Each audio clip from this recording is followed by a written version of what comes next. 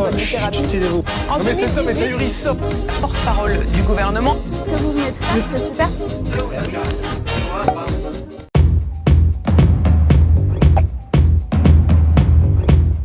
Et bonjour à tous, bienvenue pour ce nouveau débat du jour sur Juste Milieu. Et aujourd'hui, alors là, j'ai l'honneur, la chance de recevoir Maître Fabrice Divisio. Alors avant toute forme de débat, parce qu'aujourd'hui, on va se régaler. Maître Divisio, comment allez-vous ? Mieux que la plupart des Français. Mieux que la plupart des Français, je pense. Pas très bien, et c'est donc dire à quel point vont mal les Français. Je suis fatigué, je suis vraiment très fatigué, je suis un peu encore sous le choc, je comprends pas bien ce qui nous est tombé dessus, et qu'est-ce qu'on a bien pu faire pour mériter effectivement un tel accès de violence, en fait, où depuis 15 jours, depuis à peine 20 jours maintenant, le monde s'est ouvert sous nos pieds quand même. On a été humiliés, on a été dénigrés, on a été violentés presque. Et donc bon, moi je le vis pas forcément très bien, forcément, mais j'ai encore des ressources et de la ressource, et je me mets volontiers à la place de tous ceux. Moi, l'obligation vaccinale, le pass sanitaire, je m'en fous. Enfin, je m'en fous à moitié, mais à moitié quand même. J'ai une vie telle que voilà. Mais j'imagine, là, je vois les mails que je reçois, on répond à 200 mails par jour, quoi, aujourd'hui. On répond à 200 mails par jour. J'ai 20 à 30 personnes au téléphone par jour, avec des gens dans des situations. Mais je veux dire, c'est vraiment terrible ce qu'on vit. Hein. On ne prend pas la mesure, personne ne devrait vivre ça. On n'a pas le droit d'infliger ça aux gens. On n'a pas le droit. Je veux dire, et encore moins aussi brutalement, en plein mois de juillet. On a vraiment l'impression qu'il y a une volonté de faire mal, quoi. Et du coup, ça me fait mal, ça marche, ça me fait mal. Oui, objectif atteint sur ce plan-là, effectivement, c'est vrai que c'est terrible. Hein. En bon gaulois, le ciel nous est tombé sur la tête. C'est quand même la conclusion qu'on peut en complètement, tirer. oui. Et donc, oui, complètement. Vraiment. forcément, hein, ce contexte sanitaire, on va y venir avec vous, hein, Maître Divisio, bien évidemment. Mais le but, quand même, vous le savez, chers spectateurs, hein, de ce débat de juste milieu, c'est aussi de prendre un petit peu de recul, de regarder ces questions-là avec un petit peu de distance, de ne pas sombrer dans le règne de l'immédiateté de l'actualité qui va extrêmement vite aujourd'hui. Et pour commencer, j'aimerais, cher Fabrice Divisio, avoir quelques mots sur votre parcours professionnel. Hein. Vous êtes devenu un avocat incontournable aujourd'hui de cette crise sanitaire que nous traversons, déjà parce que vous avez défendu le cas du professeur, et vous défendez le cas du professeur Raoult, mais vous, qu'est-ce qui vous a mené jusqu'à ça aujourd'hui, jusqu'à ces positions ? Quel est votre parcours ? Mais en fait, moi, je ne fais que ce que je sais faire. Hein. Si vous voulez, le sage montre la lune, l'idiot regarde le doigt. Je veux dire, moi, je ne suis qu'effectivement le doigt. Pour le dire différemment, moi je fais de la santé publique depuis 20 ans, je fais de la santé depuis 20 ans, j'ai fait mes travaux universitaires sur la distinction entre la fonction d'évaluation et de gestion du risque sanitaire. Bon, on a eu l'occasion d'intervenir dans H1N1, on a été consultant pour l'OMS, on est intervenu dans le Mediator, on est intervenu dans la problématique de toutes les réglementations en santé publique sur des sujets qui peuvent paraître anodins, mais qui sont extrêmement importants, qui est la réglementation, par exemple, des actes à visée esthétique, pour ne pas faire n'importe quoi, n'importe comment. On est intervenu dans le problème de la toxicomanie légale, disons ça comme ça, la problématique, alors aux États-Unis, des opioïdes, en France, du Subutex. On a eu à gérer toute une partie de la réglementation sur notamment la gestion des crises du chikungunya ou des choses comme ça. Et donc, si vous voulez, moi, l'année dernière, au moment de la crise sanitaire, moi, il faut savoir que j'ai vécu en Italie, j'ai vécu aux États-Unis, mais j'ai un cabinet aux États-Unis, j'avais un cabinet en Italie, où je suis actuellement d'ailleurs. Et quand ça a flambé en Italie, c'était inéluctable que ça allait flamber en France. Enfin, c'est absolument évident. Et ce que j'avais constaté, c'est que la Lombardie, où ça flambait, c'était assez bizarre que ça flambe en Lombardie, et assez inquiétant, parce que finalement, la Lombardie est vachement mieux dotée que nous. En fait, en termes de l'hydréa, en termes de structure hospitalière, ça fonctionne plutôt pas mal, et plutôt mieux que nous, la Lombardie.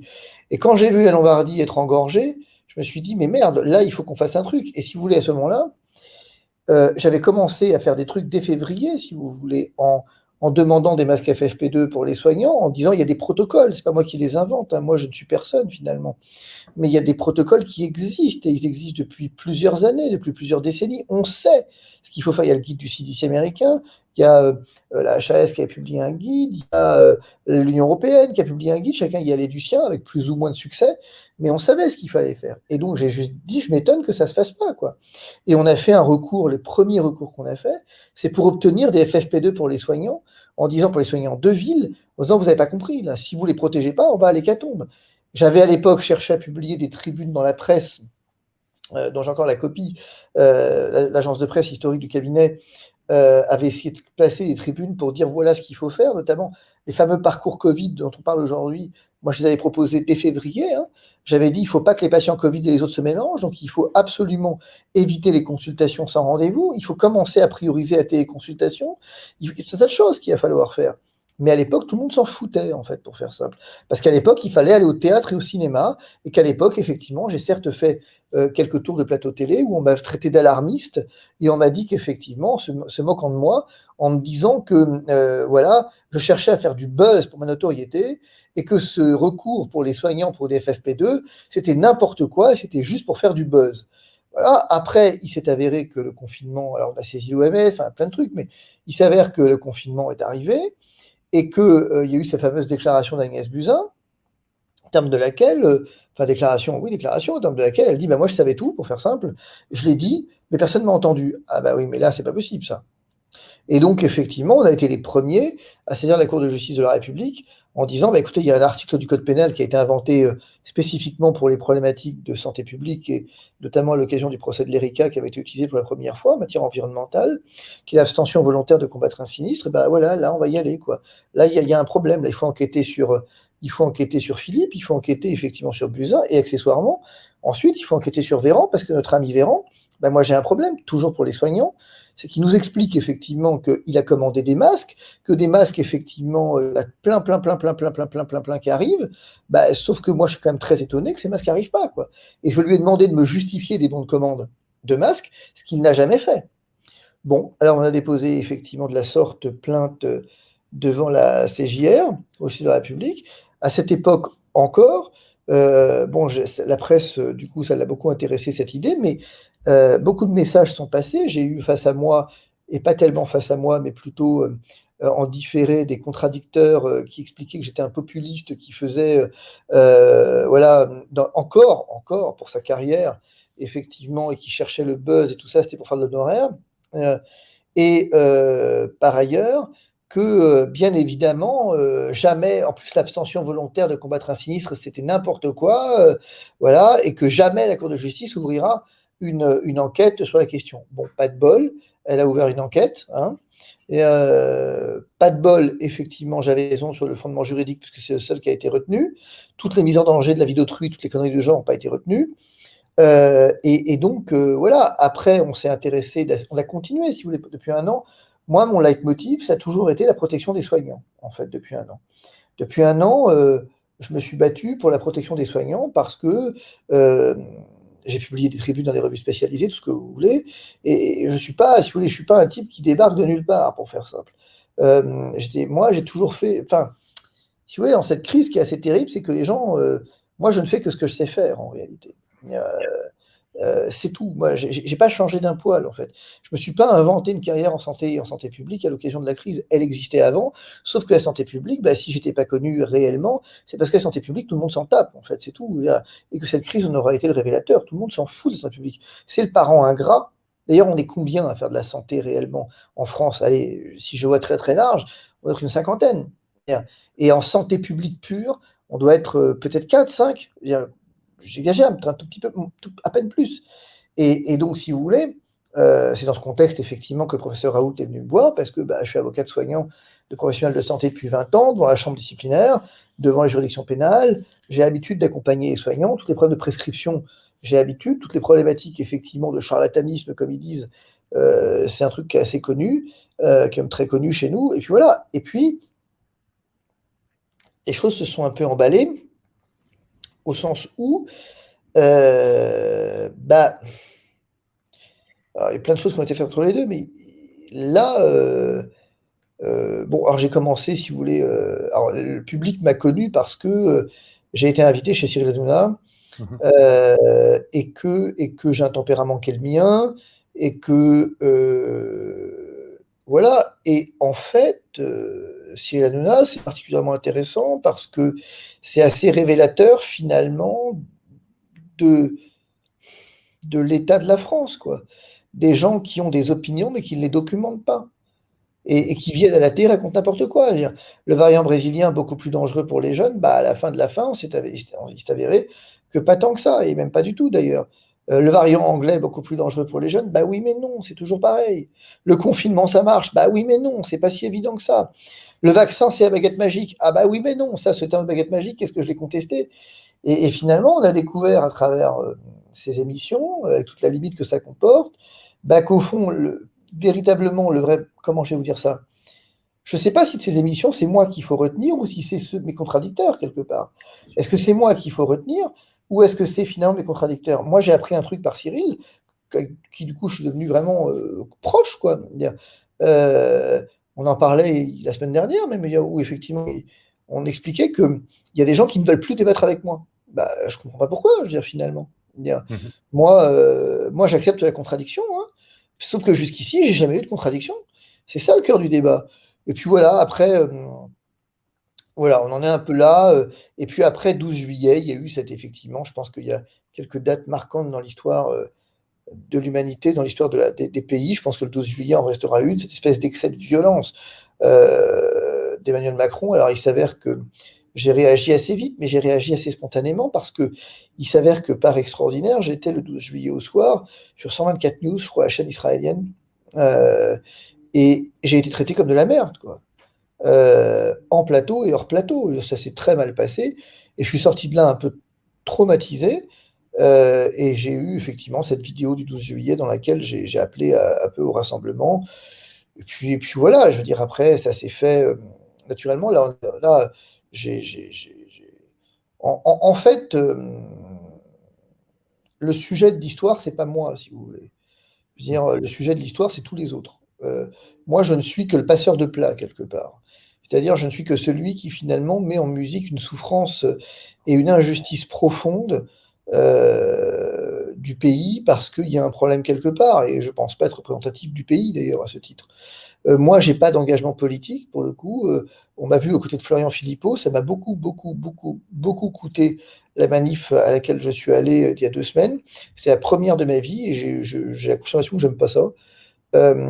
Moi, j'ai pas compris tous ces gens qui se battaient pour être en première place et tenir la banderole là, comme, en jouant des coudes, mais moi, j'ai cherché à laisser ma place 3 fois, 4 fois, 5 fois.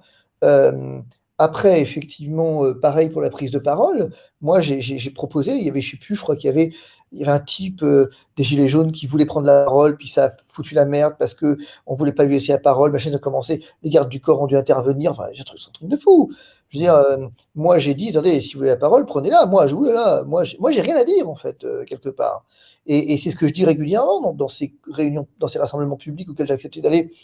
Euh, quand, euh, Quand les gens m'applaudissent, je continue de dire, enfin, je leur dis avec une grande insistance, je crois que vous vous trompez, c'est pas moi qu'il faut applaudir. Moi, je veux dire, arrêtez. Enfin, le salut, c'est vous qui l'avez, pas moi. Moi, je ne suis que finalement un chef d'orchestre ou un passeur de plat, mais pas grand-chose d'autre. Et justement, sur cette présence médiatique que vous avez aujourd'hui, sur des supports complètement différents, nous sommes collègues de YouTube, hein, la chaîne de votre cabinet explose. Vous avez également ouvert une chaîne sur Discord il y a quelques jours. Alors, Discord, alors je vais vous dire un truc, Discord, en fait, je sais même pas ce que c'est, je comprends rien à ce truc. Moi, en fait, non mais vraiment, c'est pas une blague, je pige rien. YouTube m'a censuré, je comprends pas pourquoi. Enfin, je veux dire, ça peut paraître complètement naïf de dire ça, mais moi, je débarque, quoi. Je veux dire, c'est-à-dire que cette chaîne YouTube, elle est intéressante. Moi, ça fait des années que j'ai ce projet en tête. Et j'ai fait le tour du monde, pour la petite histoire quand même, Mhm. pendant 1 an et demi, 2 ans. On a fait le tour du monde, on a plein d'images. On est allé en Israël, on est allé aux États-Unis, avec mon épouse qui est réalisatrice, pour aller voir comment les systèmes de santé étaient appréhendés, comment finalement, on n'arrêtait pas de dire de la France qui a été le meilleur système de santé au monde, ce dont j'avais, moi, l'intuition, et pas l'intuition, la culture, que ce n'était pas le cas, mais j'ai voulu aller vérifier. Je suis allé en Italie, je suis allé en Amérique, je suis allé au Portugal, et on a des images un peu des médecins qu'on a interrogés sur place, où j'ai voulu me faire mon idée. Voilà. Et c'est pour ça que quand est arrivée la crise, finalement, le hasard a fait que quand est arrivée la crise, j'ai fait partie des gens à peu près bien placés pour savoir que si là ça flambait, que si là ça flambait et qu'ailleurs ça flambait, bah, c'est parce que finalement je connaissais le système de santé de l'intérieur. Israël, il faut reprendre, forcément vous ne les avez pas, mais je peux les ressortir, les images de 2019 où je disais, en 2018-2019, je disais Israël est un système qui a ses limites et ses vertus. Il a les limites de ses vertus, c'est-à-dire qu'en fait, c'est un système qui, très vite, sur le plan de la santé, peut basculer dans l'autoritarisme sans que vous ne puissiez rien y faire. Bon, 2 ans plus tard, 3 ans plus tard, j'ai pas totalement tort, quoi. Si vous voulez, et cette chaîne YouTube, donc, elle s'organisait comme ça. Ça m'a coûté, enfin, ce truc-là me rapporte que dalle, quoi. Ça m'a coûté, pour être honnête, la chaîne YouTube jusqu'ici, sans mentir, j'en suis à peu près à 100 000 balles, quoi. Parce que je cherche le format, parce que ce qui m'intéresse, moi, là, je voudrais... Alors, j'avais une équipe qui était en Inde pour voir un peu comment ça se passait, mais qui a été prise à partie assez violemment par la police, par machin, c'est compliqué, donc on a dû interrompre le tournage. J'ai essayé d'avoir une équipe en Suède, mais c'est compliqué parce que moi, je ne suis pas réalisateur. Mon épouse fait de la réalisation documentaire, mais elle a besoin, effectivement, de gens qui l'assistent, et c'est compliqué à trouver, des journalistes. Là, pour vous dire en toute transparence, j'en ai parlé avec Cyril, qui m'a dépêché, effectivement, qui m'a proposé un des journalistes qu'il connaît, qui a l'habitude de monter des sujets, et l'objectif, c'est d'avoir quelqu'un qui est payé en full-time chez nous, avec un chef-op, avec effectivement, pour aller un peu partout dans le monde, pour aller voir comment cette crise du Covid a été gérée, et qu'est-ce qu'elle nous dit de nos sociétés, quand même. Moi, je ne suis pas, si vous voulez... en toute honnêteté, et ça peut paraître de la fausse humilité, et chacun appréciera, moi je m'en fous, mais je veux dire, moi je cherche absolument rien. Moi, je vais vous dire en toute honnêteté, moi j'ai une vie qui est rodée, qui est tranquille, hein. Moi, mes matinées, elles sont au cabinet, les après-midi à cheval. Là, on est venu perturber cet équilibre. J'y ai aucun intérêt, moi. Alors évidemment, on dit vous avez gagné beaucoup d'argent. D'abord, c'est faux, c'est archi faux, archi de archi faux. Là, depuis le 12 juillet, effectivement, on a encaissé pas mal d'argent parce que les gens se multiplient pour les recours, mais ça nous a demandé une main-d'œuvre absolument exponentielle. La marge brute, même la marge nette d'ailleurs de ce truc, elle est quasiment rien, en fait. Et le Covid, c'est 80, c'est 70%, on est 10 au cabinet, c'est 65% de mon temps, 70% de notre temps, pour 15% de nos recettes. Donc, moi, je veux dire, demain matin, ça s'arrête, ça me va très bien, moi, hein.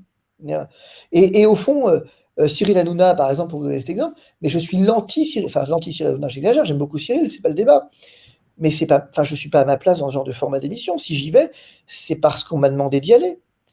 Et justement, qu'est-ce qui vous pousse à aller quelque part au milieu de l'arène pour porter une parole qui est beaucoup plus mesurée, qui est beaucoup plus sourcée, comme vous le disiez? Et comment vous faites pour arbitrer quelque part ce règne du clash? On a vu les passes d'armes que vous avez pu avoir avec Gilles Verdez, avec Benjamin Castaldi, entre autres.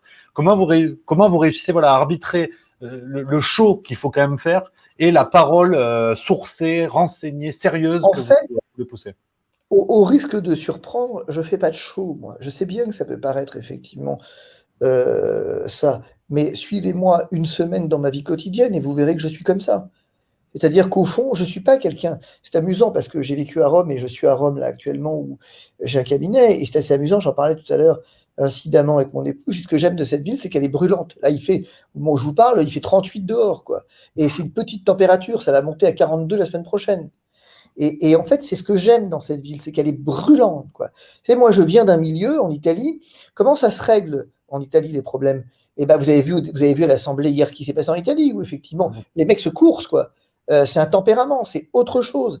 Et au fond, parce qu'il y a une capacité d'indignation dont on pourrait penser qu'elle est feinte, mais pas du tout, en fait. Quand moi, j'ai Verdez en face, il m'énerve, je m'énerve, c'est tout, point. Et au fond... c'est peut-être un peu le problème, c'est qu'à un moment donné, peut-être que dans cette crise, il faut qu'on arrête d'être policé aussi. Peut-être qu'à un moment donné, moi, je ne supporte plus l'idée qu'on vienne attenter nos libertés fondamentales en disant c'est bien normal parce que c'est sanitaire. Je veux dire, non, c'est pas comme ça que ça se passe. Je veux dire, c'est beaucoup plus compliqué. Je veux dire, et en fait, c'est tout. Moi, après, si vous voulez, ce qui s'est passé avec Cyril Hanouna, c'est compliqué parce que c'est compliqué pour le passé, et je vais vous le dire, c'est compliqué pour l'avenir. Parce que Cyril Hanouna me propose l'année prochaine une chronique dans son émission, si j'ai bien compris, parce que Cyril, c'est pas toujours très clair. Au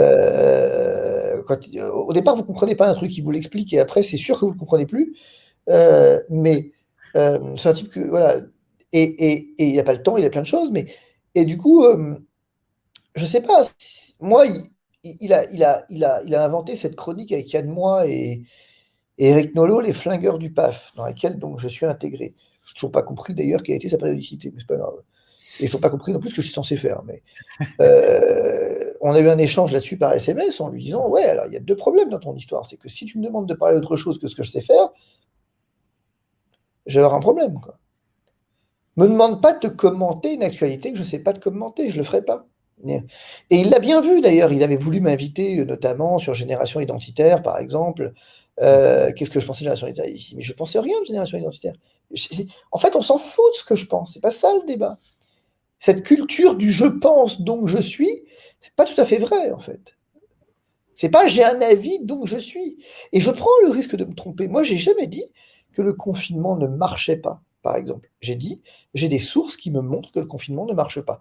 De plus en plus concordantes, quelles sont les vôtres pour dire que ça marche? Ah bah ça, c'est une offense. Bon. Mais après, j'ai découvert un truc, c'est qu'au fond, la France, en fait, je me suis posé la question en ces termes.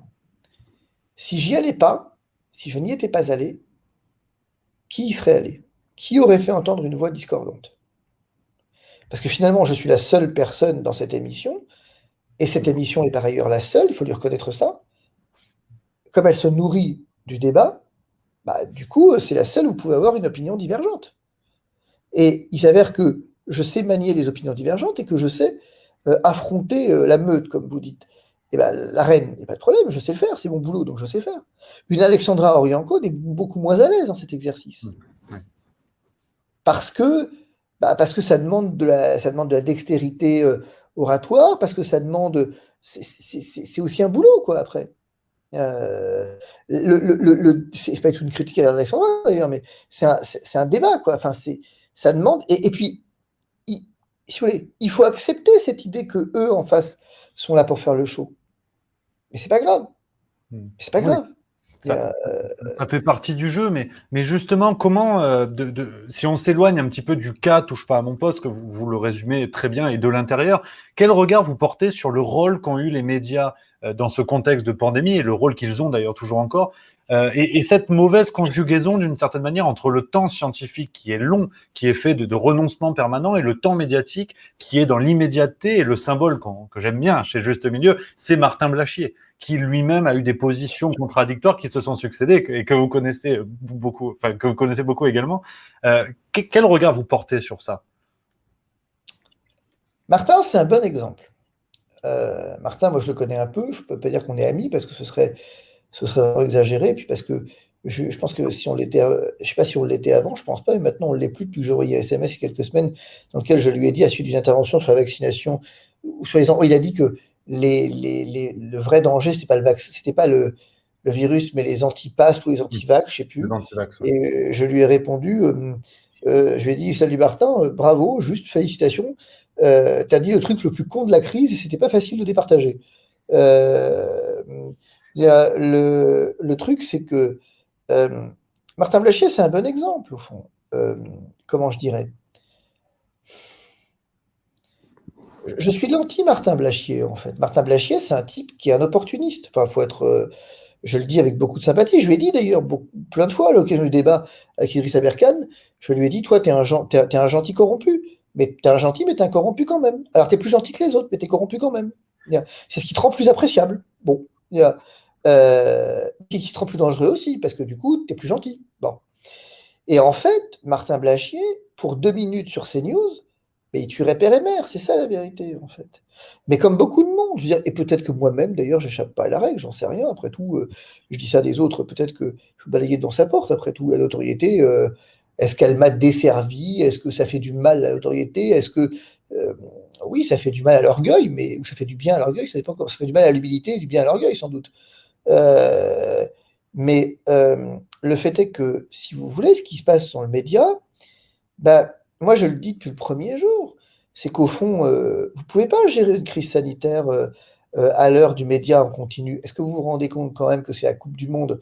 Il y a 2 Coupes du Monde dans cette affaire, la Coupe du Monde de l'industrie pharmaceutique et la Coupe du Monde des médias. Ça fait 1 an et demi que les mecs, ils vous tournent en boucle un sujet du matin 5h au soir minuit en disant la même chose toute la journée, mais par des mecs différents. Non, mais je veux dire, je suis désolé, ça mérite une médaille, ce truc, parce que réussir à balancer autant de conneries, je veux dire, enfin, vous vous rendez bien compte que ça fait 1 an et demi que les mecs, ils vous balancent en continu des infos qu'ils n'ont pas, quand même. Oui. C'est ça qui est extraordinaire. D'ailleurs, quand on y pense, c'est super. Enfin, ça mérite, ça force presque l'admiration. Ça fait 1 an et demi que des mecs vous font de la foi en continu en disant « je ne sais rien, je n'ai aucune donnée, j'ai juste des chiffres qui ne veulent rien dire, et on va disserter sur ce qui peut se passer, qui généralement ne se passe pas comme ils l'ont dit, mais du coup, on va pouvoir disserter sur pourquoi ça ne s'est pas passé comme on l'a dit. Et pourquoi ça aurait pu se passer comme on l'a dit. Et pourquoi, à l'avenir, ça se passera comme on l'a dit. Mais c'est extraordinaire. Enfin, je veux dire, excusez-moi, mais c'est génial. Moi, vous vous rendez compte quand même d'un truc qui vous donne une idée, c'est que, la petite histoire, vous avez BFM le matin qui vous appelle et qui vous dit « Bonjour monsieur, vous êtes l'avocat du collectif C19 qui a déposé une plainte de la Cour de justice de la République. » Je dis « Ouais, enfin pas moins et pas plus qu'hier, mais puisque vos collègues me l'ont déjà demandé hier. Mais oui, je le suis toujours en tout cas, ouais. » Je dis « Ok, vous pouvez intervenir à l'émission de midi, faire un direct, machin ?» Si vous voulez. Alors là, vous intervenez à l'émission de midi, le présentateur ne sait pas qui vous êtes. Ok, donc déjà les infos ne sourcent pas, c'est pas grave. Bon, vous racontez 2-3 conneries, pas de problème, ok, super. Le soir, à 18h, 17h, vous avez BFM qui vous rappelle, promis, hein, c'est véridique, hein, je mens pas, c'est véridique. BFM qui vous rappelle et qui vous dit « Bonjour monsieur, Maître Divisio, c'est ça. Vous êtes l'avocat du collectif C19 qui a déposé une plainte devant machin ?» Alors, ce midi, je l'étais, mais je présume, si vous avez la même rédaction de midi, « Ah mais non, parce que c'est pas la même rédaction, monsieur. Donc on se passe pas les infos. » Je dis « Ah bon ? Et donc, oui. Est-ce que vous voudriez bien venir à votre édition de 22h pour en parler ? » Mais pour parler de quoi ? Des plaintes contre le gouvernement. Ah oui, en fait, vous voulez que je vienne redire ce que j'ai dit à midi, quoi. Oui, c'est ça. Pourquoi vous prenez pas l'édition de midi ? Ah non, parce que du coup, il faut l'actualiser. Oui, mais moi, j'ai rien de plus à vous dire. En fait, les plaintes, elles ont été déposées, quoi. Et là, vous arrivez sur le plateau à 22h, le mec sait toujours pas qui vous êtes. Il vous pose des questions qu'il aurait pu très bien poser à n'importe qui. Tout à coup, il fait la gueule parce qu'il se rend compte que la réponse que vous allez donner, là, il sent... Bon, alors, comme le mec regarde un peu la télé, quand il me voit arriver, il est pris d'un vent de panique. Le mec sait pas qui vous êtes, il comprend pas très bien qui vous êtes, mais votre visage lui dit quelque chose. Vous sentez bien que votre visage lui dit quelque chose. Le doute s'installe. Et donc là, vous vous asseyez, le mec vous pose une question et il vous dit « On est à 100 000 morts, monsieur. Qu'est-ce que vous pensez de l'allocution du président de la République ?» Et là, vous dites absolument rien. Et là, le mec se décompose, dit « Mais comment ça, absolument rien ?» Comme ça, absolument rien. Qu'est-ce que vous voulez que je vous dise, quoi ? Il a rendu hommage aux victimes. Vous vouliez qu'il fasse quoi ? Qu'il dise que je m'en fous ? Il a son rôle, il rend hommage aux victimes, ok, après, qu'est-ce qu'on fait ? Et là, le mec, vous vous rendez compte qu'il était parti pour en faire 10 minutes, quoi, sur l'hommage du président. Et là, je viens de lui déglinguer son truc en 10 secondes. En lui disant, oui, d'accord, il a rendu un hommage, oui, ok, qu'est-ce que vous en pensez ? Absolument rien. Et il dit, bon, alors, vous avez déposé des plaintes contre le gouvernement ? Oui. Très bien, mais qu'est-ce que vous lui reprochez exactement ? La même chose qu'il y a 6 mois. L'abstention volontaire de combattre un sinistre. Alors là, il se passe un truc exceptionnel, c'est que vous avez un commentateur dont le nom m'échappe là, Christophe Barbier, qui vous dit, qui vous fait son commentaire en vous disant « Oui, alors, vous savez, les plaintes n'ont que peu de chances de prospérer parce que vous comprenez, avec la nécessité de je ne sais plus quoi, depuis la loi Fauchon, machin. » Et là, vous dites, excusez-moi, mais la loi Fauchon, elle n'est pas applicable ici. C'est pas du tout le bon article, en fait. Vous parlez de 123.1, j'ai déposé sur 223.7. Il a dit, bon, merci maître, au revoir. C'est ça. Je vous donne un autre exemple, hein, juste pour la petite histoire. Je suis dans les locaux de BFM. Décidément, BFM va croire que je lui en veux, mais pas du tout, en fait. Je suis dans les locaux de BFM. J'entends la responsable du service politique justice expliquer à l'époque de Raoult, avant que je sois son avocat d'ailleurs, que la SPILF a déposé plainte, que je ne sais plus qui a déposé plainte contre Raoult, et que Raoult encourt machin, il va comparaître, bidule, chouette, et qu'il encourt la radiation. Okay. Elle sort, je la chope, et je dis, excusez-moi, vous avez raconté une grosse connerie quand même là. Je dis, si, non, mais je lui explique, non, parce que Raoult dit, si, il encourt la radiation, machin. Ah non. Ah, mais si, maître. Mais il dit, pardon, juste pour vous dire que je fais que ça depuis 20 ans, mais c'est pas grave après. Hein. Mais, non, en fait, pourquoi il encourt la radiation? Parce que la plainte de la SPILF n'est pas recevable. Et il ne peut être poursuivi que par son ordre. Ici, son ordre, à l'époque, n'avait pas encore déposé plainte, donc pour l'instant, il risque rien, quoi. Je me dis, vous êtes sûr? Ah oui. Il dit non. Ah si. Il dit, vous avez l'article? Oui. Je lui montre l'article. Moment de silence. Mais c'est comme ça qu'il faut l'interpréter. Ah, je sais pas, mais c'est comme ça qu'il est écrit, alors autant l'interpréter comme ça. Ok, merci pour l'info, je vous en prie. Bon, ok, je vais faire mon truc, mon numéro sur BFM pour autre chose. Je ressors dans les couloirs, elle revient sur le plateau, je passe dans les couloirs, je m'arrête 15 secondes, et là je l'entends de nouveau dire, alors le professeur Raoult, encourt la radiation, machin, tout ça. Mais elle est con, elle le fait exprès, celle-là.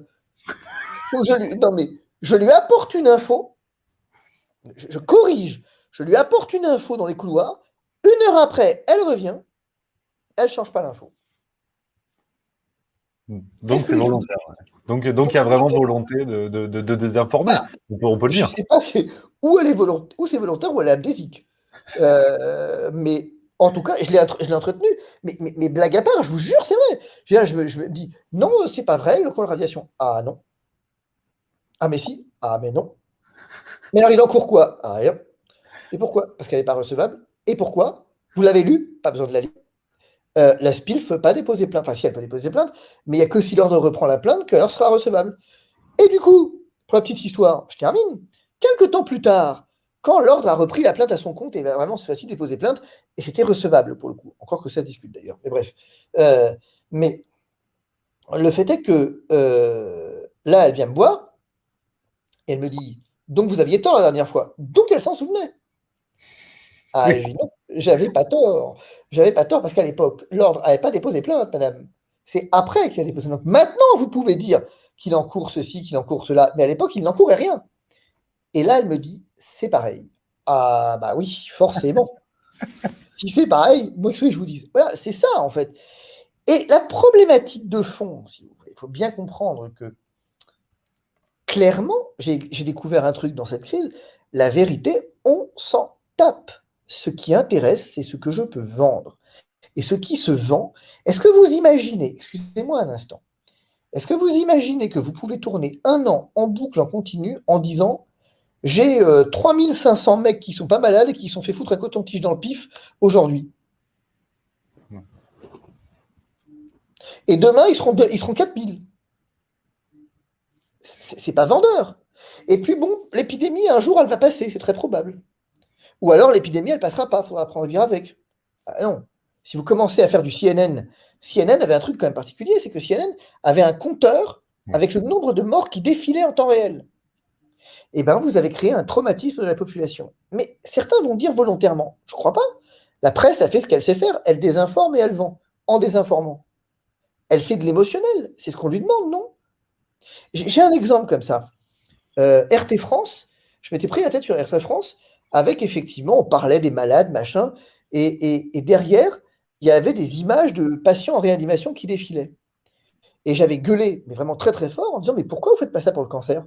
Pourquoi vous ne faites pas ça quand vous parlez du tabagisme, du cancer, du n'importe quoi, de la leucémie?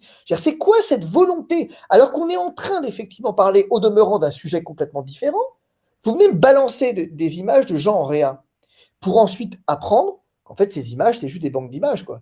des images achetées. Il y a une volonté, si vous voulez très clairement, de jouer sur l'émotionnel, parce que ça marche, parce que c'est vendeur, et que si vous voulez attirer l'attention des gens, c'est la théorie de l'accident de la route, les gens s'arrêtent pour regarder, parce qu'il y a du sang, quoi. S'il y a du sang, c'est super. Depuis les gladiateurs, c'est comme ça. Comment vous pouvez imaginer, enfin, c'était un grand mystère comme dans l'Antiquité romaine, comment des gens ont pu prendre plaisir à assister à la mise à mort de mecs bouffés par des bêtes, quoi. Et, non. Bah ouais, bah c'est ça, dire. C'est le goût du sang, quoi. Là, c'est pareil. Et si aujourd'hui, il y a bien un personnage, une personnalité qui est à la croisée des chemins entre le temps médiatique et le temps scientifique, et vous en avez parlé, c'est bien évidemment le professeur Raoult. Alors, la transition est toute trouvée. On va aller doucement vers la crise sanitaire pour évoquer toutes ces questions-là. Mais quel regard, là encore, si on prend un petit peu de distance, quel regard vous portez sur le cas Raoult, vous qui êtes peut-être la personne qui le connaît le mieux, ce cas est-ce que d'ailleurs aujourd'hui, vous l'avez évoqué à plusieurs reprises, est-ce qu'il y a des poursuites aujourd'hui engagées encore contre le professeur Raoult? Et quelle analyse vous faites de ce cas Raoult? Comment a-t-il pu passer, pour faire simple, du statut de référence dans son domaine à celui quasiment de paria en quelques mois? C'est une question compliquée. Est-ce qu'il y a des poursuites? Oui, il y a des poursuites. Ça, l'ordre s'en était pas caché. On a reçu la plainte, là, d'ailleurs, juste après vous. Il faut que j'en parle d'ailleurs, parce qu'il y a 2-3 trucs qui vont pas dans le mémoire qui a été fait chez moi et qu'il faut que je corrige avant de lui envoyer. Et en fait, le cas Raoult, il est compliqué parce qu'il est emblématique quelque part. Comment je vais dire? En fait, le problème de Raoult, c'est qu'il avait des certitudes, mais pas dans le bon sens. Je ne sais pas s'il a raison de autant d'avoir des certitudes, en fait, mais le fait est qu'on ne peut pas dire que... Alors, c'est compliqué le cas Raoult, parce que d'un côté, il dit moi, j'ai pas de certitude, mais en fait, si, quand même. Il a quand même exprimé des certitudes. Enfin, faut être... il a exprimé des hypothèses comme des certitudes. Alors, est-ce qu'il a eu tort de le faire? À titre personnel, on pourrait en débattre. J'ai un point de vue là-dessus dont on pourrait débattre, mais le fait est que ce qui a été reproché pour ce Raoult, c'est surtout la chloroquine. En fait, c'est un faux débat, la chloroquine. On s'en fout de la chloroquine. En fait, honnêtement, on s'en fout de la chloroquine. Je ne comprends pas où est l'hystérie. Ça marche ou ça marche pas. Les mecs, ils le prescrivent et basta. On s'en fout, quoi. Je veux dire, bon, faut arrêter de me prendre pour un âne. Je veux dire, à un moment donné, si vous voulez, on peut se cacher derrière son doigt tant qu'on veut, on peut venir me... Mais santé publique, j'en fais depuis 20 ans. Des médicaments qui ne marchent pas, si vous voulez, je vous en trouve, si vous avez 3 heures, je vous en trouve 250. Et qui sont prescrits en routine, des médicaments. La revue Prescrire, chaque année, fait effectivement sa revue des médicaments dangereux, avec parfois la létalité, qui sont encore prescrits en routine sur le marché. Et ça pose problème à personne. Donc on arrête de se foutre de ma gueule avec la chloroquine. C'est un faux débat, la chloroquine. Enfin, utile, à la limite même utile, enfin, à supposer qu'il ait eu tort de dire la chloroquine, ça marche. Admettons. Qu'est-ce qu'on en a à foutre? Qu'est-ce qu'on a à foutre? Il y en a bien qui disent que le vaccin, ça marche. Non, mais enfin, excusez-moi, mais il y a bien des mecs qui vous expliquent que le vaccin, effectivement, marche. Il y a quand même des mecs qui vous disent que le vaccin empêche la transmission. Ils sont ministres, à un point tel que l'AFP doit faire un débunkage de leurs propos. Quand l'AFP s'en mêle, bon, je veux dire, si vous voulez, à un moment donné, il y a même des mecs qui vous ont dit qu'on aura 250 000 morts. Oui. Donc finalement, qui vous a dit la chloroquine, ça marche? Au pire, qu'est-ce qui se passe? Ça marche pas? Eh bien, ça marche pas. Vous avez mieux? Non. Bon, ok. Et encore une fois, pourquoi on fait de la chloroquine un sujet? C'est pas un sujet, la chloroquine. Le sujet, c'est pas la chloroquine. Le sujet, c'est Raoult. Pourquoi? Parce que Raoult, il a un problème majeur qu'on ne lui pardonnera pas. C'est au fond d'être un rassuriste. Et en temps de crise, on ne rassure pas les gens. Si vous voulez que les gens adhèrent aux mesures que vous prenez, si vous voulez qu'ils obéissent aux mesures que vous prenez, si vous voulez effectivement qu'ils vous fassent confiance, vous ne pouvez pas avoir de contre-leader. Il vous faut être le leader incontesté. Si vous avez un autre type qui commence à engranger des vues et des voix et qui commence effectivement à susciter un engouement et derrière lequel on peut se rallier, il suffirait qu'il claque des doigts pour rameuter les foules, finalement, et complètement détruire la confiance dans cette parole gouvernementale. Le problème de Raoult, il n'est que là, au fond. C'est qu'il est allé à contre-courant de la parole publique qui était seule admissible. Les médias ne posaient pas de problème, ils étaient dans la parole publique. Donc, où est le débat, finalement? Vous voyez? Mais Raoult, il a choisi, vous vous rendez compte, il a créé une chaîne parallèle. Il a son propre conseil scientifique. Il a ses propres recommandations scientifiques toutes les semaines. Il a défié l'autorité, Raoult. C'est tout. Et il a défié l'autorité médiatique, l'autorité politique et l'autorité médicale. Il a été le franc-tireur de la crise. En Italie, d'ailleurs, c'est très intéressant quand vous regardez ce qui se passe en Italie. En Italie, on vous explique qu'au fond, il n'y a pas eu de meneur, il n'y a pas eu de contestataire. On le connaît à peine, Raoult. Pour une partie, si, mais on le connaît à peine. Et qu'il n'y a pas eu de figure qui a incarné cette opposition, comme Fouché à certains égards, comme Raoult, comme Orion-Caude. Tout ça, effectivement, n'a pas émergé. Alors, on dirait, les mauvaises langues diront, quelle chance. Oui, mais c'est problématique quand vous faites de la science sans critique. C'est problématique quand vous réclamez de la science, mais que vous ne voulez pas laisser les autres venir exprimer une opinion critique, venir exprimer une critique documentée. C'est plus de la science, alors. C'est là où on a basculé, si vous voulez, dans quelque chose d'autre. Quand on est censuré parce qu'on dit un truc, quand on est immédiatement attaqué parce qu'on en dit un autre, quand l'AFP est préféré aux revues scientifiques, quand les études sont bidonnées, bah, qu'est-ce qui se passe?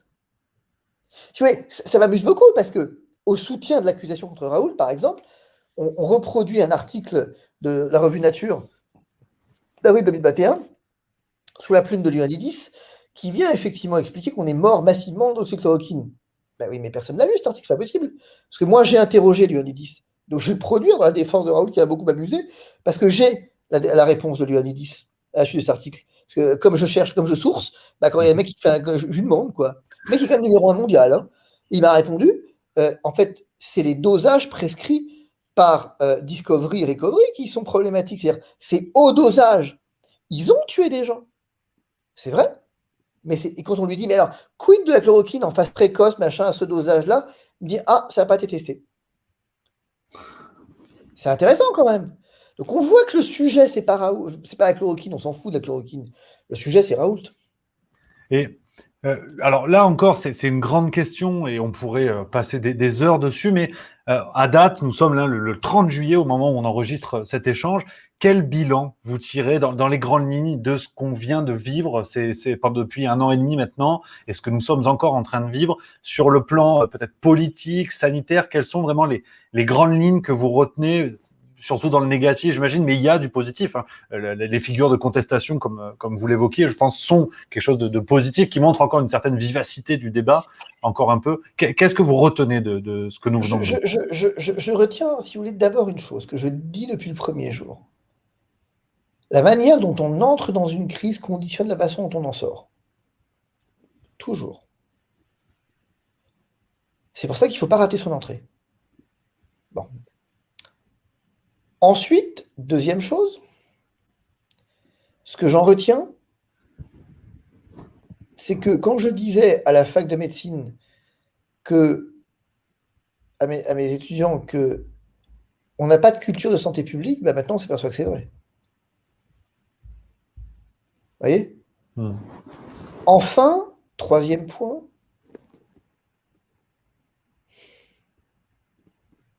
comment je vais dire ça ? Ce que je retiens surtout, c'est qu'au fond, c'est pas parce qu'un mensonge est répété 1000 fois que ça devient une vérité. Et que ça montre aussi autre chose, mais ça je le savais déjà. Nous n'avons pas de culture des libertés publiques. Les libertés publiques, c'est un truc pour le temps de paix. Si vous êtes en paix, disserter des libertés, c'est sympa, quoi.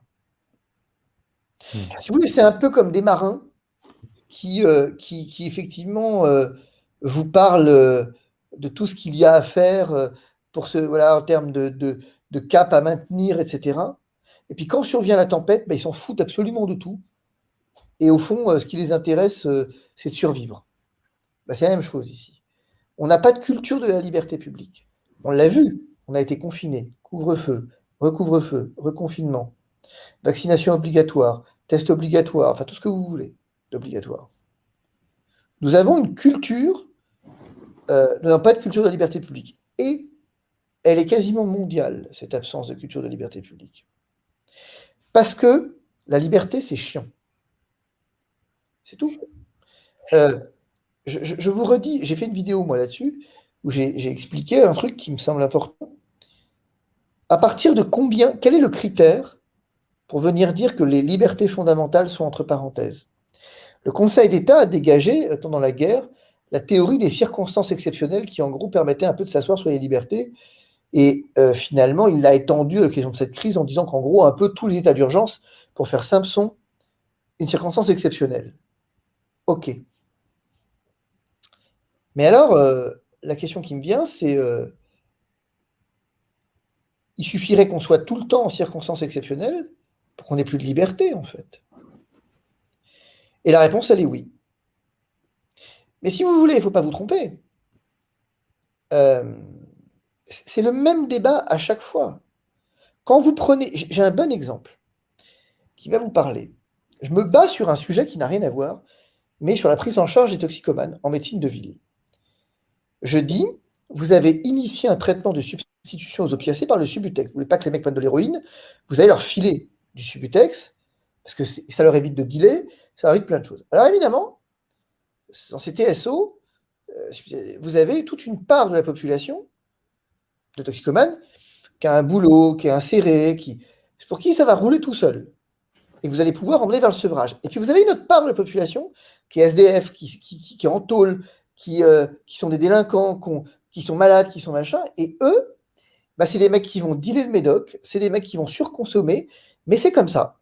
Le problème, c'est que vous ne pouvez pas faire de prise en charge de la toxicomanie si vous n'acceptez pas le risque de prendre ces gens-là.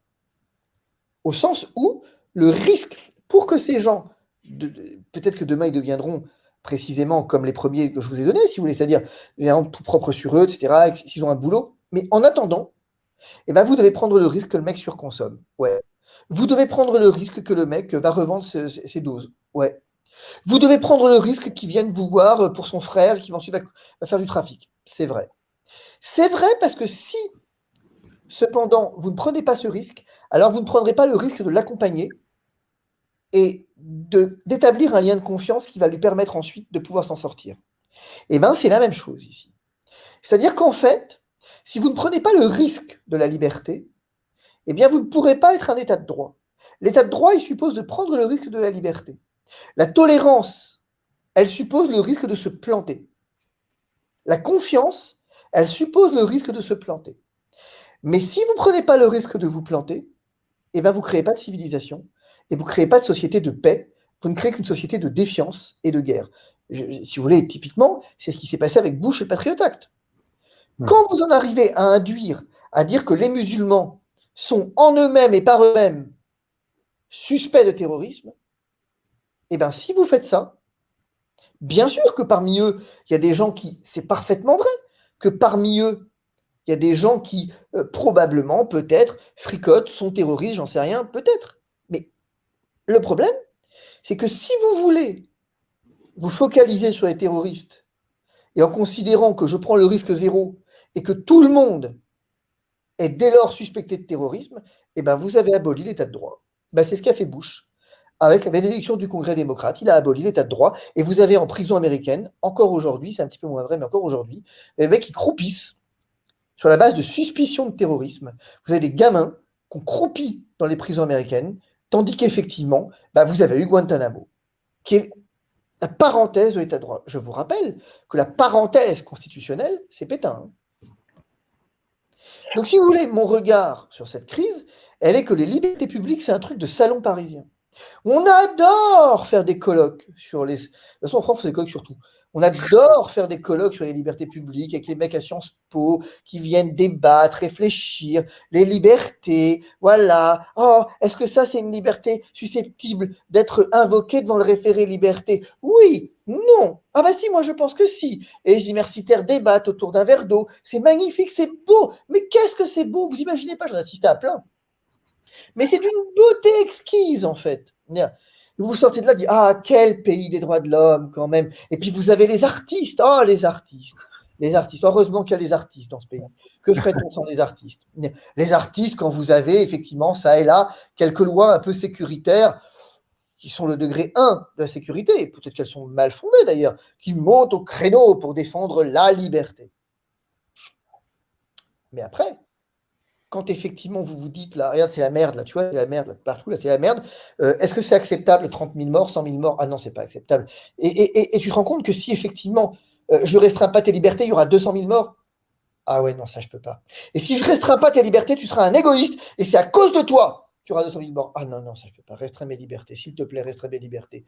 Et encore plus. Bon, c'est de la connerie, parce que c'est pas vrai. On ne gère pas une crise, si vous voulez, en venant restreindre des libertés. Et je vous donne un exemple. Vigipirate. Vigipirate, vous avez des mecs là qui en FAMAS, qui patrouillent partout dans les gares. Ça a évité combien d'attentats, ce truc? C'est une bonne question quand même. Ça nous choque plus de voir des militaires en armes dans la gare. Sauf que les pays où on voit des militaires en armes dans les gares, les militaires qui viennent soi-disant protéger la population, c'est quand même les États totalitaires. Hein. Donc demain matin, si vous voulez, on dit non, c'est pas pareil. Ah bah mais bon, pas pareil.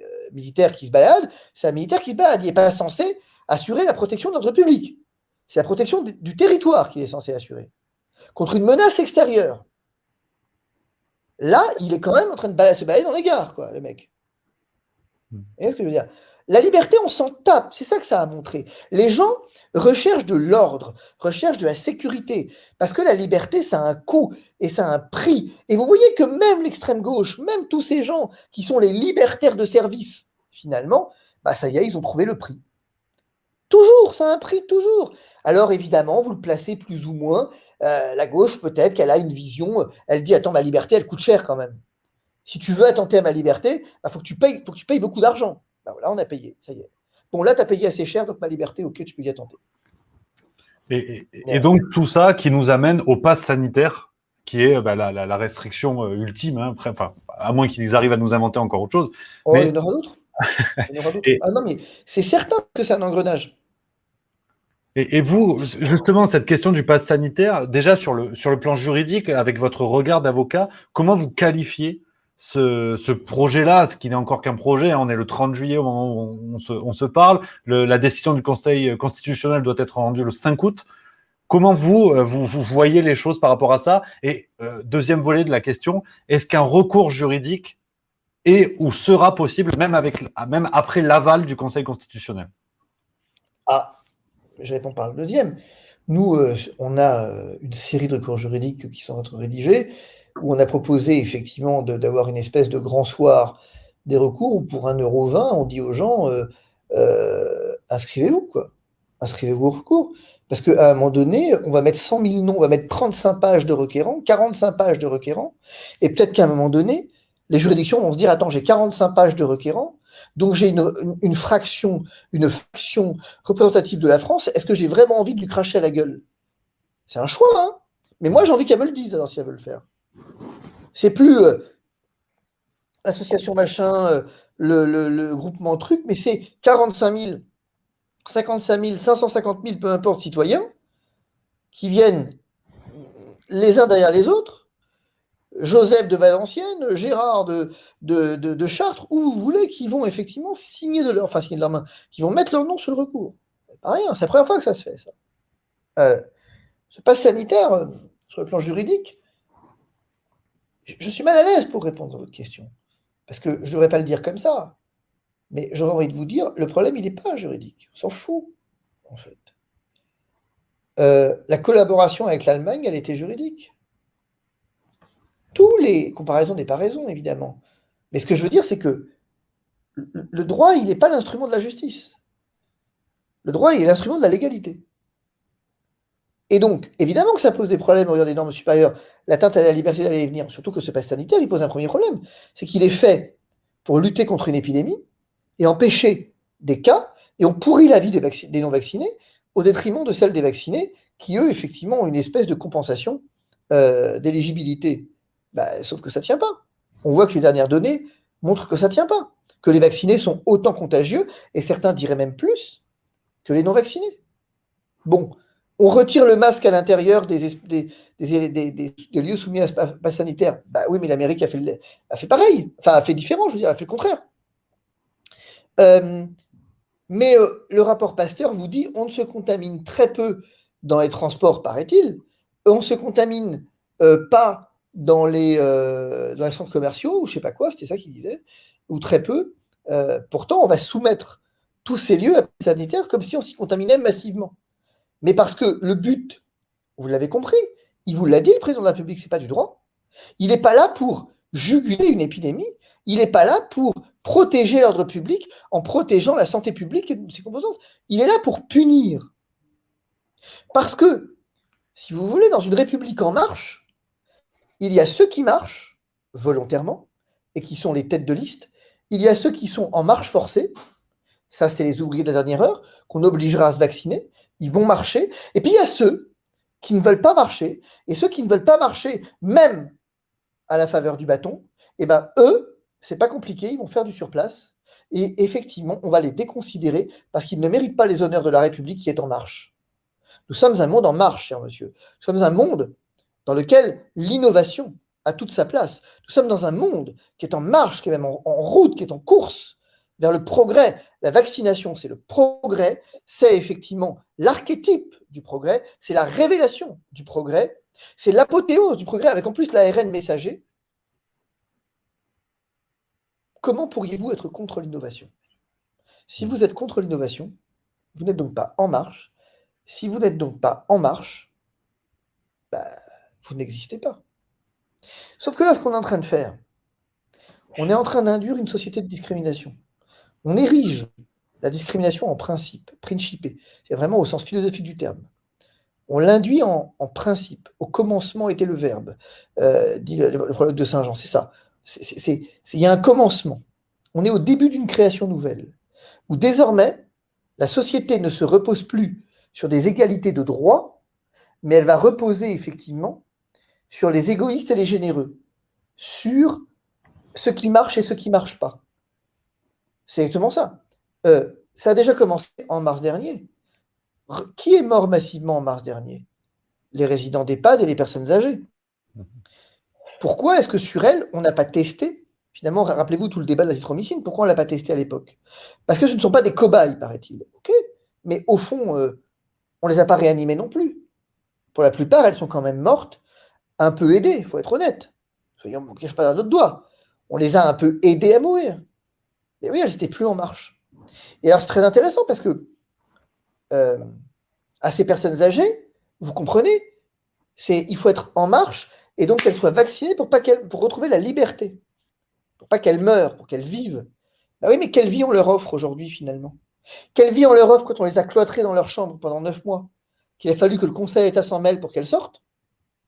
Quelle vie on leur offre lorsqu'on les a privées de visite et de tout lien social? Et quelle vie on leur offre lorsqu'aujourd'hui, pour aller les voir, il faudra soit se faire vacciner, alors qu'elles sont elles-mêmes vaccinées, qu'elles ont joué le jeu, soit effectivement faire un test PCR tous les 2 jours? En fait, elles ne sont pas en marche, quoi. Elles ne sont pas en marche. Elles ne marchent pas assez vite, ces personnes. Et si vous voulez aller les voir, faudra que vous soyez en marche. Si vous vous faites vacciner, alors vas-y, cool, vas-y, roule. Là, il n'y a pas de problème. Là, vous êtes en marche. Si vous n'êtes pas vacciné, vous n'avez pas le droit de les voir. On va tellement vous pourrir que vous ne pourrez plus les voir. Vous ne pourrez les voir que si vous êtes en marche, que si vous êtes favorable à l'innovation. Oui, mais l'innovation, elle comporte des risques. Ouais, mais c'est pas grave. Mourir de l'innovation, c'est pas grave. Mourir de la maladie, c'est has-been. C'est pas possible de mourir d'une maladie. Si vous mourrez d'une maladie, c'est quoi? C'est la maladie qui prend le dessus? Non, c'est moi qui décide de comment tu meurs. Quand je décide de comment tu meurs, alors je maîtrise l'évolution. Vous comprenez ce que je veux dire? On a changé. Mais vous inquiétez pas, hein. Demain, ce sera les musulmans, ce sera les chrétiens, ce sera les homosexuels. C'est une question de temps. Parce que finalement, il est de bon ton actuellement de louer certains musulmans, les partis politiques s'arrachent les voix des musulmans, mais tout ça n'aura qu'un temps. Tout ça n'aura qu'un temps. C'est un effet de mode. Les homosexuels ont fait les marches, on fait des marches des fiertés, mais tout ça n'a qu'un temps, c'est un effet de mode.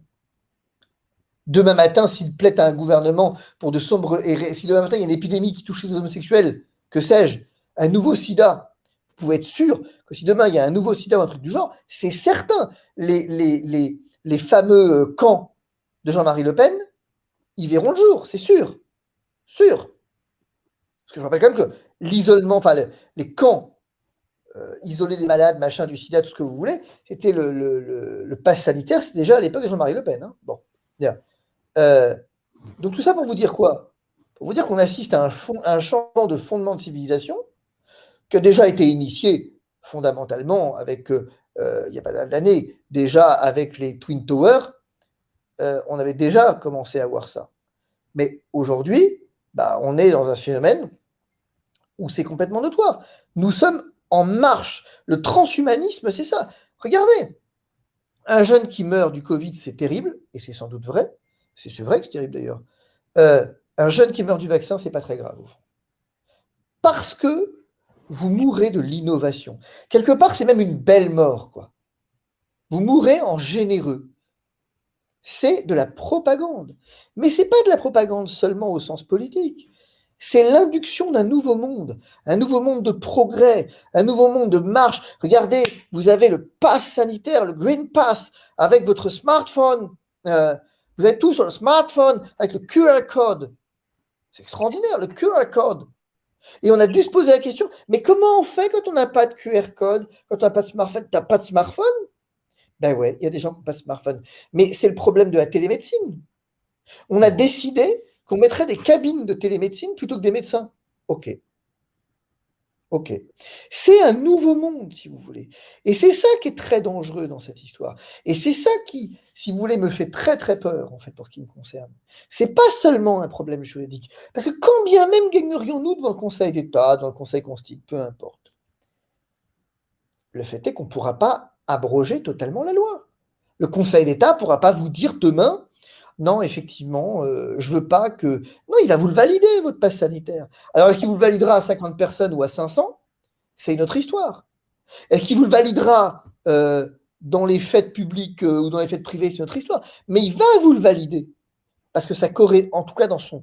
On va l'aménager, mais il va vous le valider. Et si ce n'est pas cette fois-ci, ce sera demain matin. Ça correspond à une évolution du temps, à une évolution sociale, où l'homme pense que la technique va tout résoudre. On résout le problème du Covid par une injection. On voit bien que ce n'est pas vrai. On voit bien qu'effectivement, Israël n'est pas en train de résoudre le problème et même peut-être en train de l'aggraver. Mais vous avez vu, on parlait tout à l'heure de l'immédiateté, vous avez vu qu'il y a 3 mois, il y a 2 mois, tout le monde vantait Israël, sauf moi. Tout le monde, effectivement, vantait le modèle d'Israël. Moi, j'avais dit quoi? Il faut ressortir les images sur le plateau de Cyril. J'avais dit, stop. La baguette magique n'existe pas. On ne sort pas d'une épidémie par un vaccin. 3, attendons de voir un hiver en Israël. Et on en reparle. Bon, finalement, si c'est facile de régler. Vous imaginez, le gouvernement, vous faites un sondage de la matin en France, vous verrez que je suis quasiment sûr que les mesures du gouvernement seront louées et plébiscitées. C'est ce qui les rend dangereux d'ailleurs. Et c'est vrai que tout ça et le constat que vous faites est extrêmement intéressant et cette réflexion effectivement sur ceux qui sont en marche et ceux qui ne le sont pas, effectivement, c'est très éclairant. Mais peut-être pour retrouver une note d'optimisme, s'il y en a, est-ce que vous pensez malgré tout que tout cela est inéluctable ou est-ce que vous pensez qu'il y a la possibilité d'une lutte face à ce nouveau monde qui semble s'annoncer ou en tout cas d'une bretelle d'autoroute qu'on pourrait prendre pour essayer de retrouver quelque chose d'à peu près normal? Déjà, commençons par interroger notre propre conscience. Commençons par nous interroger nous-mêmes. Essayons à un moment donné de balayer devant sa porte.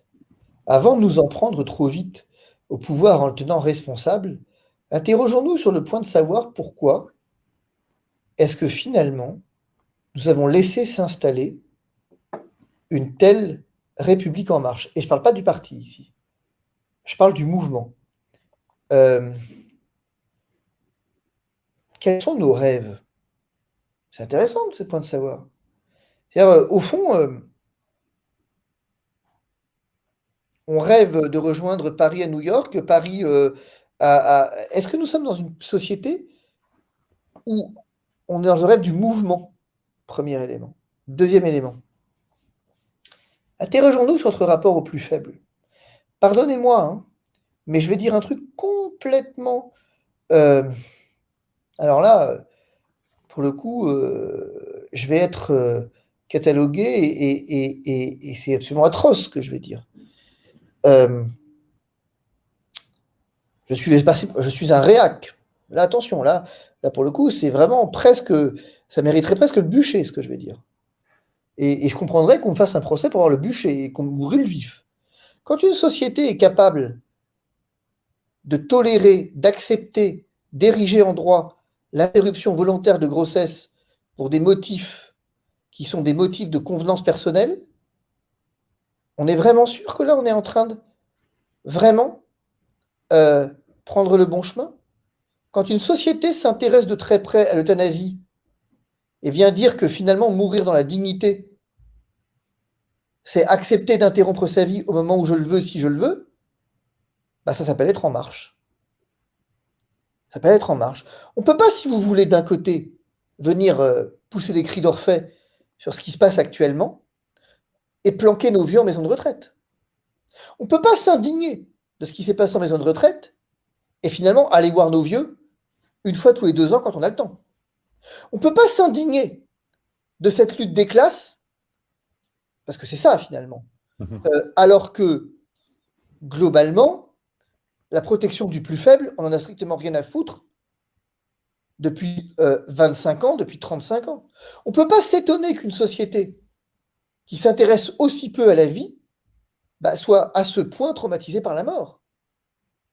La vie ne nous intéresse pas. Elle ne nous intéresse pas à son commencement, elle ne nous intéresse pas à sa fin. Mon Dieu, que c'est réac de dire ça.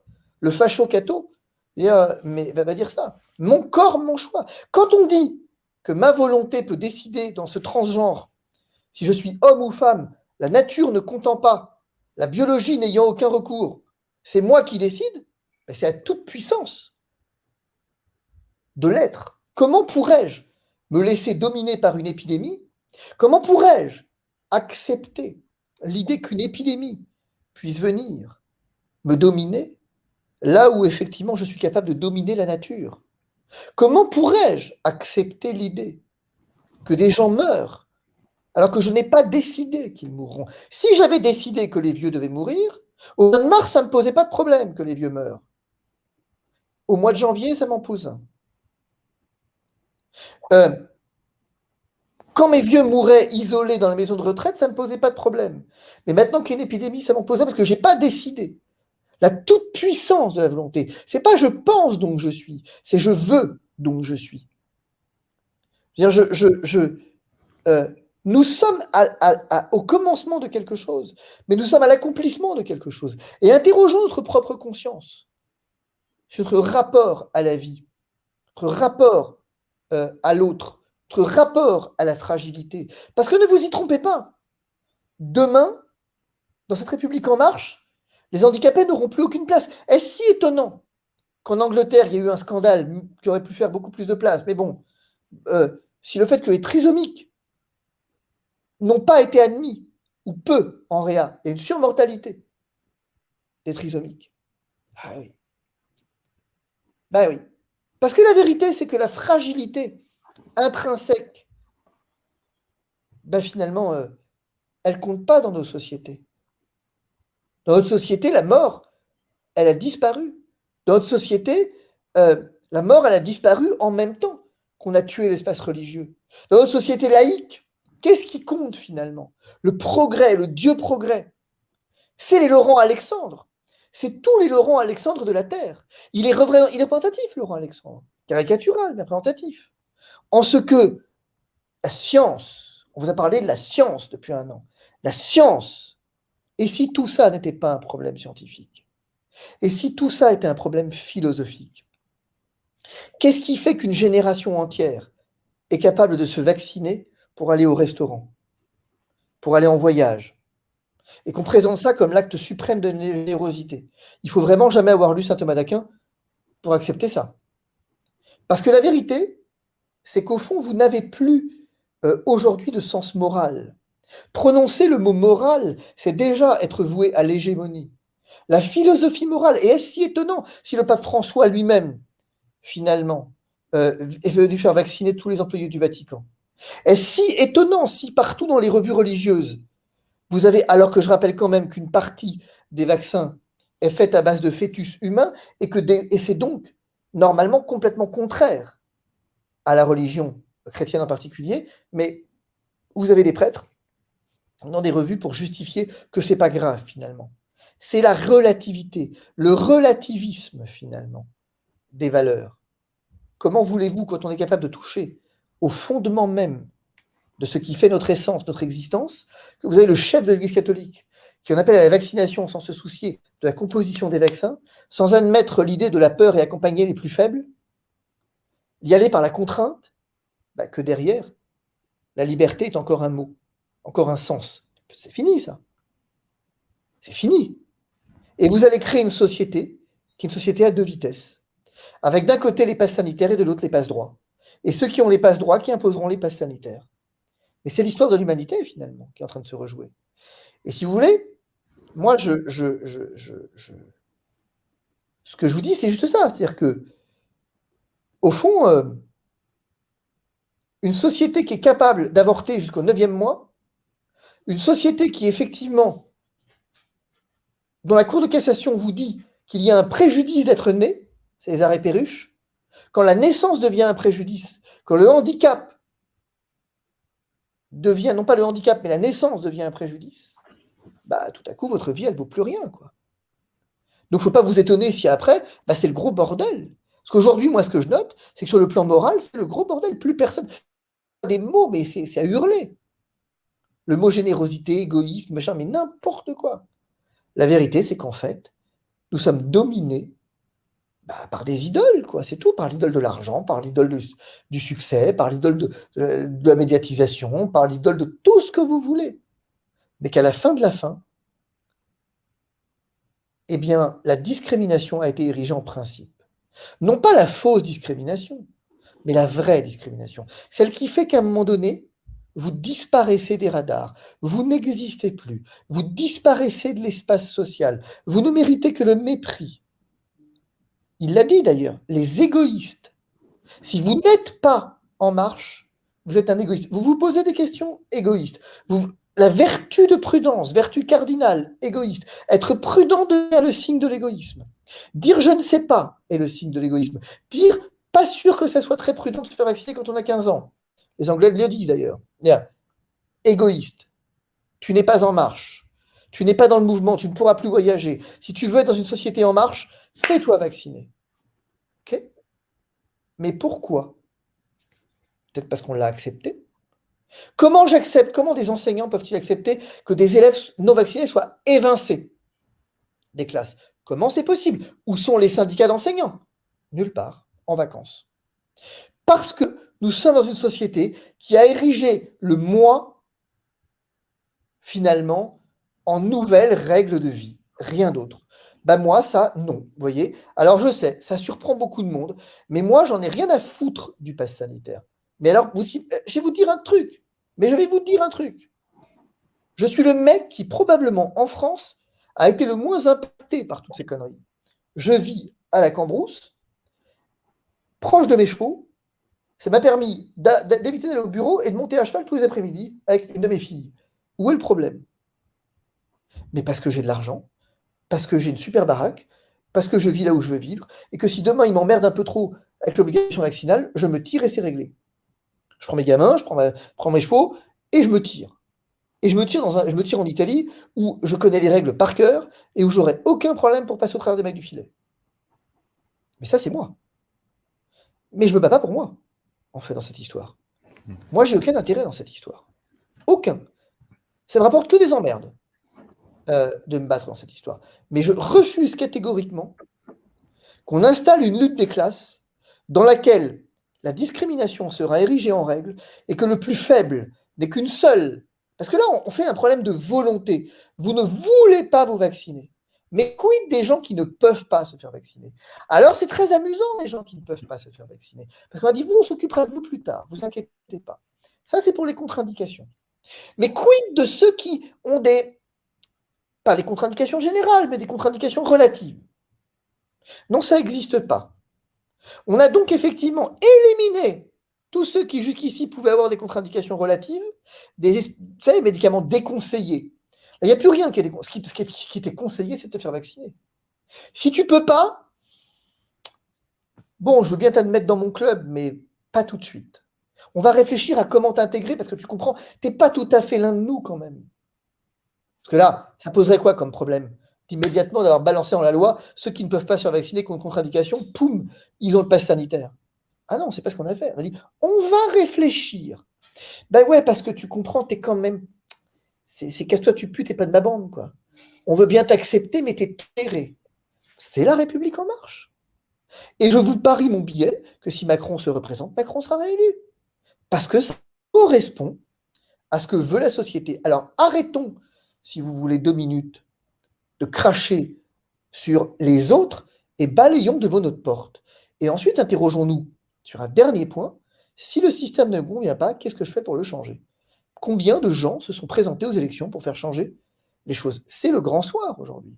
Aujourd'hui, vous avez des législatives dans 6 mois. Et ben, c'est l'occasion pour ceux qui effectivement voudraient un monde différent d'y aller. C'est la force de la démocratie. Pourtant, personne ne le fera. Parce qu'à la fin de la fin, il y a ceux qui sont en marche et qui ont accepté d'être en marche et qui donc aujourd'hui suivent un mouvement, et tous ceux dont le seul souci c'est de survivre, pas de vivre, dont le seul souci c'est de lutter pour survivre au quotidien.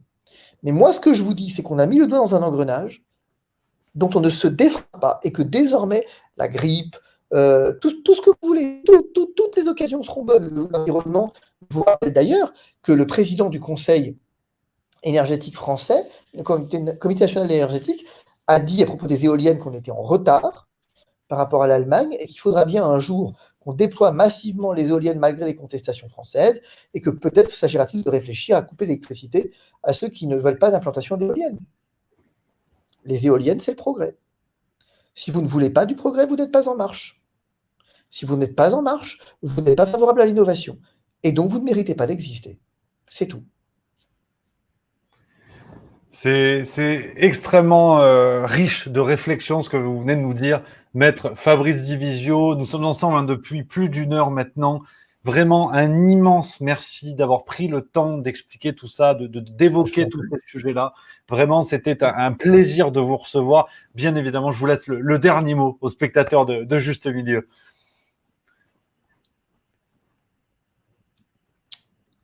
Moi, dans cette crise, et depuis quelques semaines, il y a 2 choses que je voudrais dire. N'ayez pas peur. N'ayez pas peur. Non pas de vous faire vacciner. Parce qu'on vous dit, n'ayez pas peur de vous faire vacciner. Soyez prudents. Mais n'ayez pas peur. La peur n'est jamais bonne conseillère. N'ayez peur de rien. Vous n'avez pas à avoir peur. Cultivez la vertu de prudence, mais surtout, soyez convaincus d'une chose. Une chose, c'est que le destin, c'est les hommes qui l'écrivent. Le destin des nations, c'est les hommes qui l'écrivent. Et l'idée de se dire, on est une minorité, bah ouais, on est une minorité, mais est-ce qu'il vaut mieux être une minorité qui se fait entendre ou une majorité qui se tait? Moi, mon choix est fait.